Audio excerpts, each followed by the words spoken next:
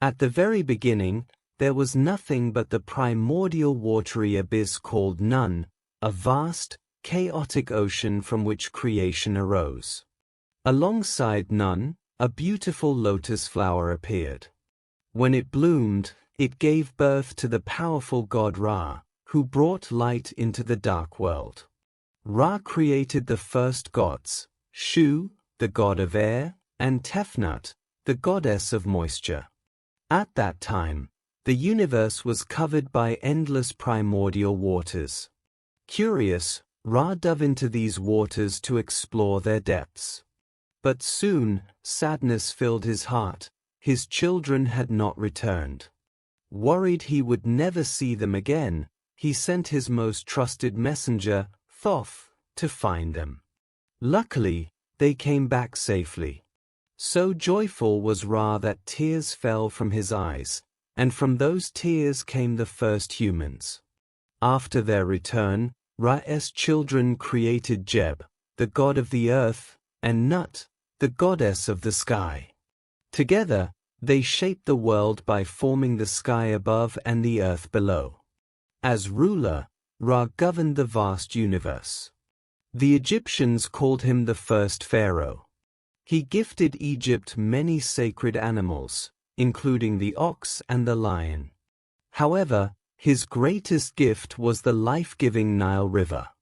Along its banks, people built magnificent civilizations to honor the gods. But Ra had a serious warning. His grandchildren would be born, gods who might one day end his reign. So, he forbade the sky and earth from having children. Despite this, Nut disobeyed. She gave birth to 4 powerful children, Isis, Nephthys, Set, and Osiris. These children were born during the 5 extra days of the Egyptian calendar, which Ra did not forbid. Together, these children overthrew Ra. Now, Osiris became the supreme god. Yet his throne was not safe. His brother, Set, craved all the power for himself. This marked the beginning of a long, dramatic saga of the Egyptian gods. After overthrowing Ra, the creator god, Osiris took his place as ruler. He married the goddess Isis, and together they ruled with great prosperity. Osiris brought civilization to the people, who until then had lived in a simple way. He taught them how to farm the land, weave cloth, and bake bread. He also established laws to create order where there had been chaos. Under Osiris's rule, Egyptian civilization truly flourished. But Osiris had a powerful and jealous brother named Set.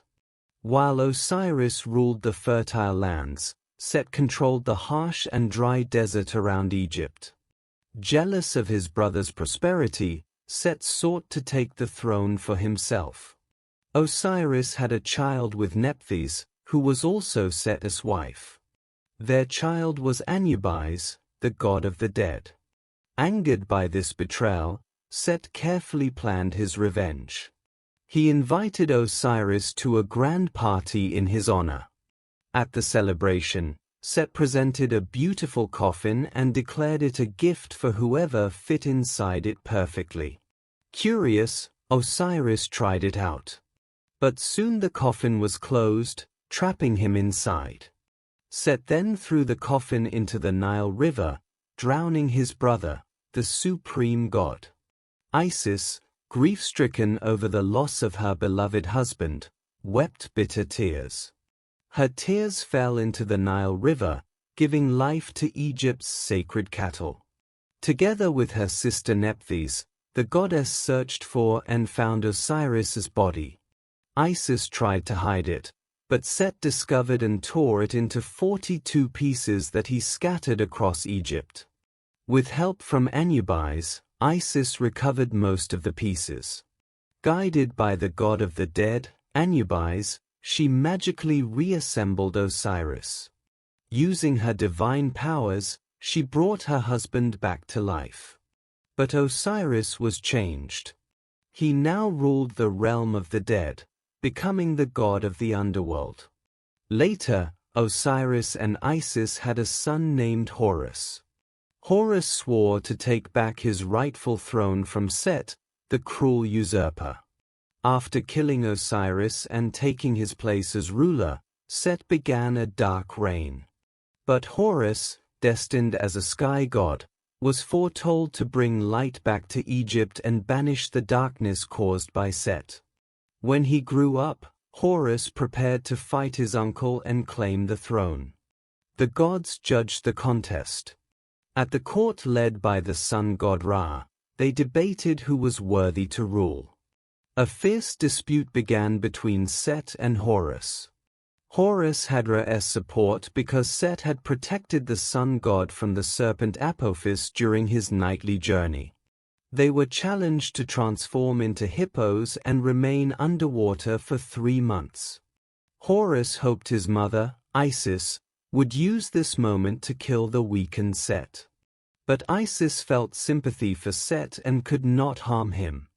In a fit of anger, Horus lashed out at his own mother, striking her down and severing her head.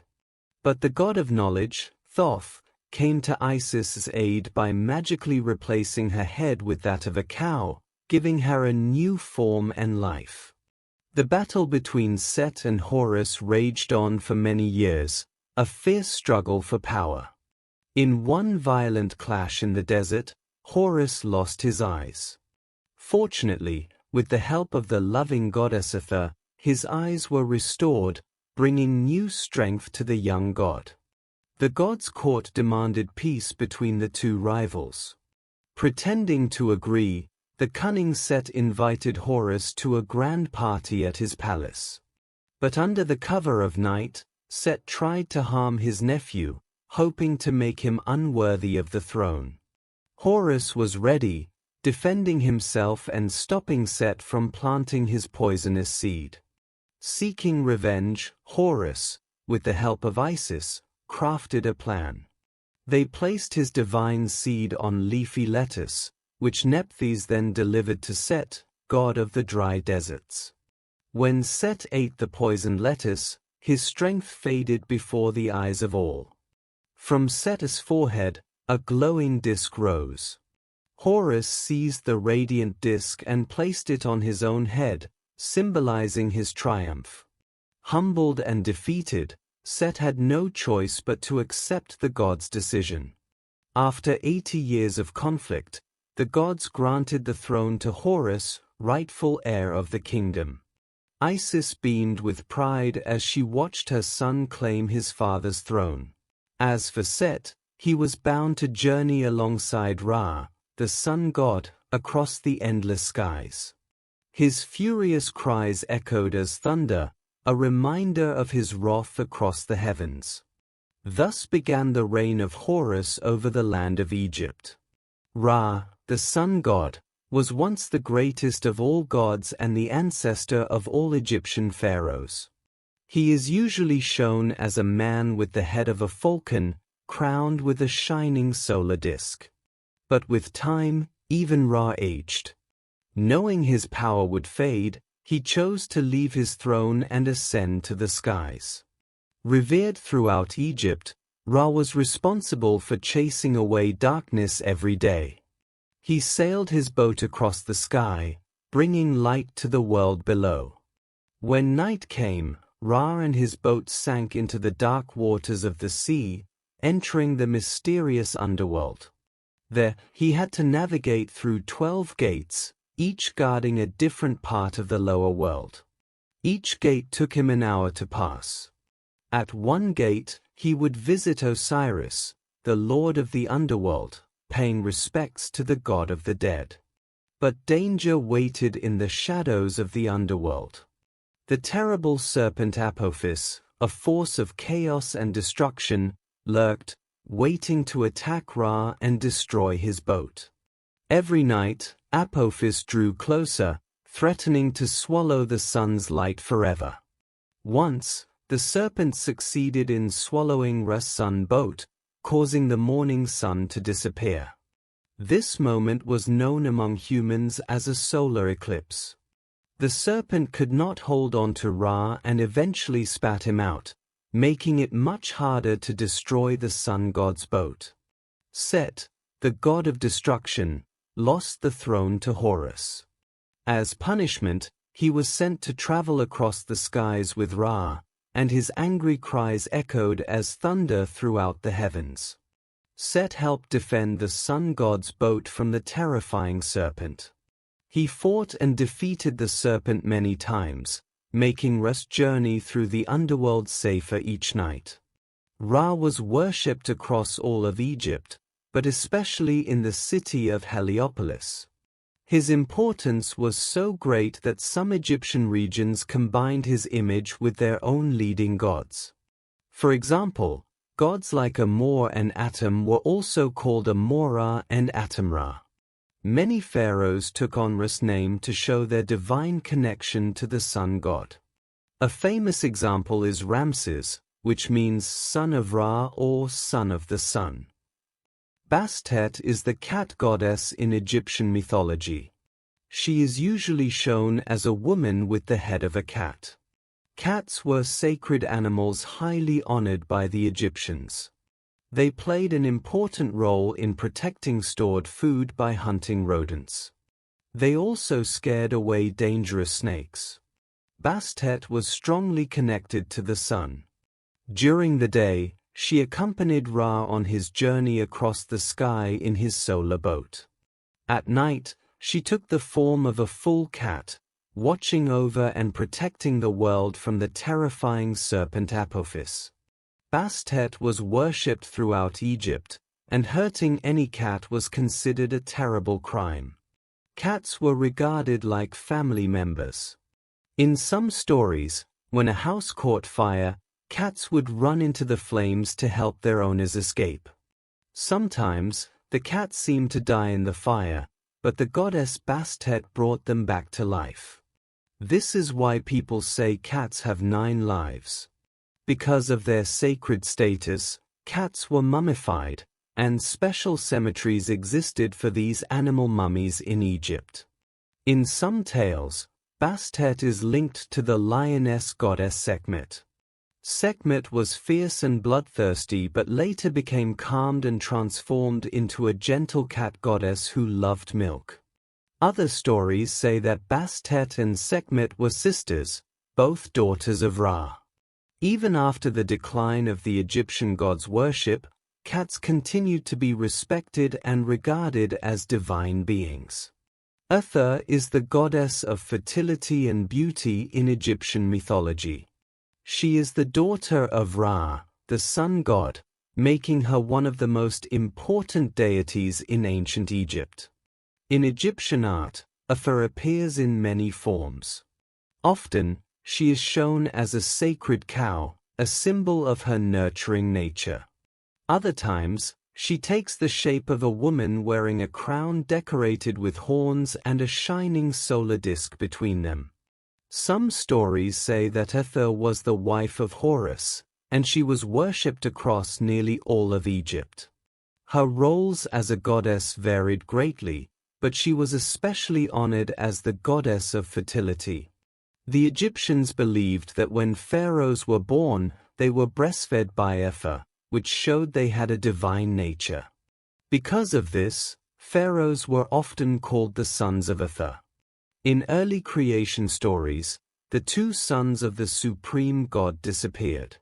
Hathor, also known as the right eye of Ra, was sent to find them. Upon returning with the children, she noticed that Ra had created a new right eye to replace the lost one. Hathor wept tears that gave birth to the first humans. Her motherly character earned her the title of Universal Mother. People called upon Hathor to help during childbirth, but she was also connected to death. In the world of the dead, she welcomed new souls by offering food and drink to ease their passage. Because of her connection to cows, the papyrus plant was sacred to Hathor. Papyrus was a favorite food of the cows grazing by the Nile River.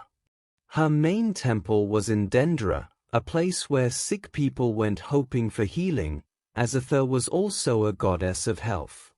Known as the Beautiful, she was celebrated as the goddess of beauty and joy.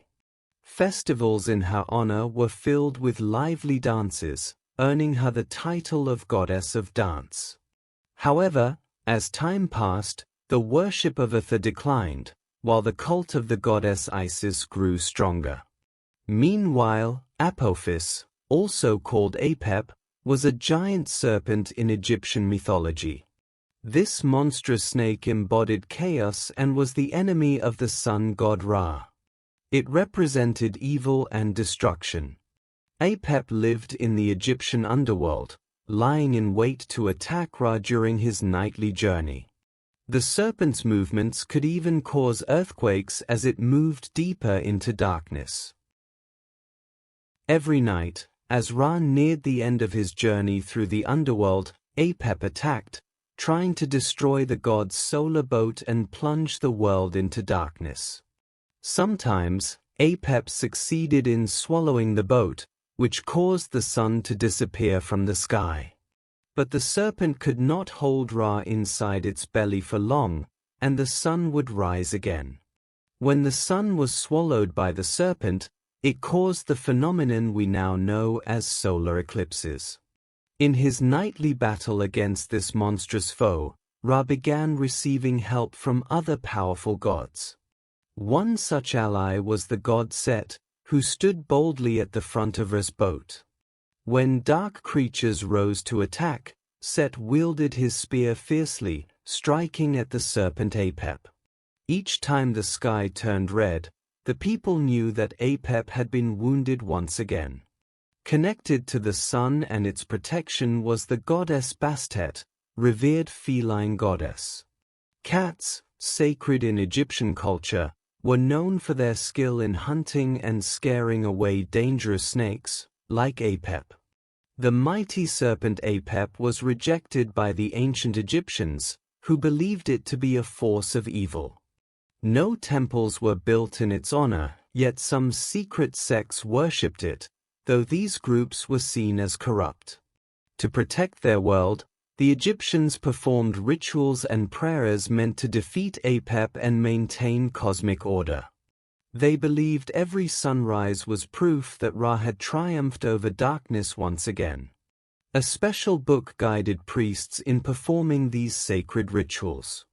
Each year, an effigy of Apep was burned as a symbol of casting out chaos while prayers rose for a victorious new day.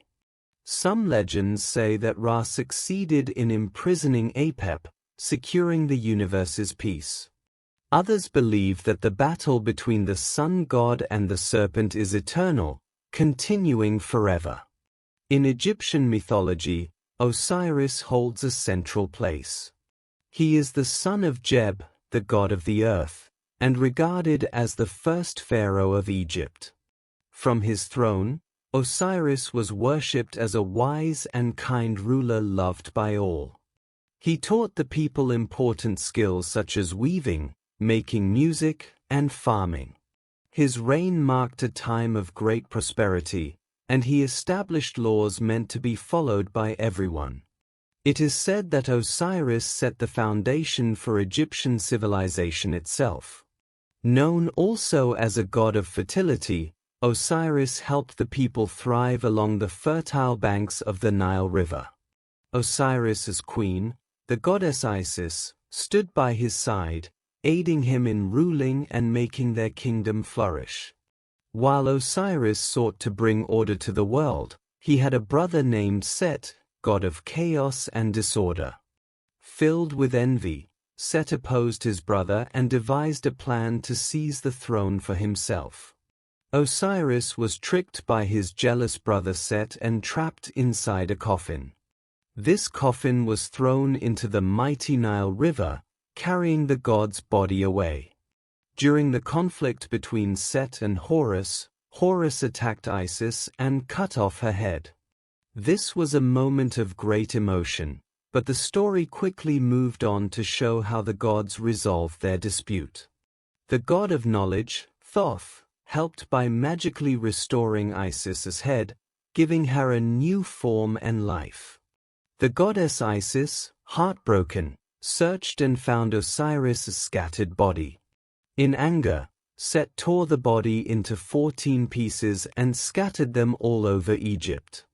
The number 14 is most commonly noted in many myths, so this should be consistent. Each place where a part of Osiris landed became a sacred site. With great care, his wife gathered most of the pieces and took them to Anubis, who had the important task of embalming the body. This ritual made Osiris the first mummy in history. Through powerful magic, Isis brought her husband back to life. But the god had changed forever. He was now the ruler of the underworld. Osiris's kingdom was called Duat, a mysterious realm of the dead. In this kingdom, the newly arrived souls faced judgment in the Hall of Two Truths. Their hearts were weighed carefully. On one side of the scale, Anubis placed a feather, symbolizing the goddess Mat and her truth and justice. On the other side rested the heart of the deceased.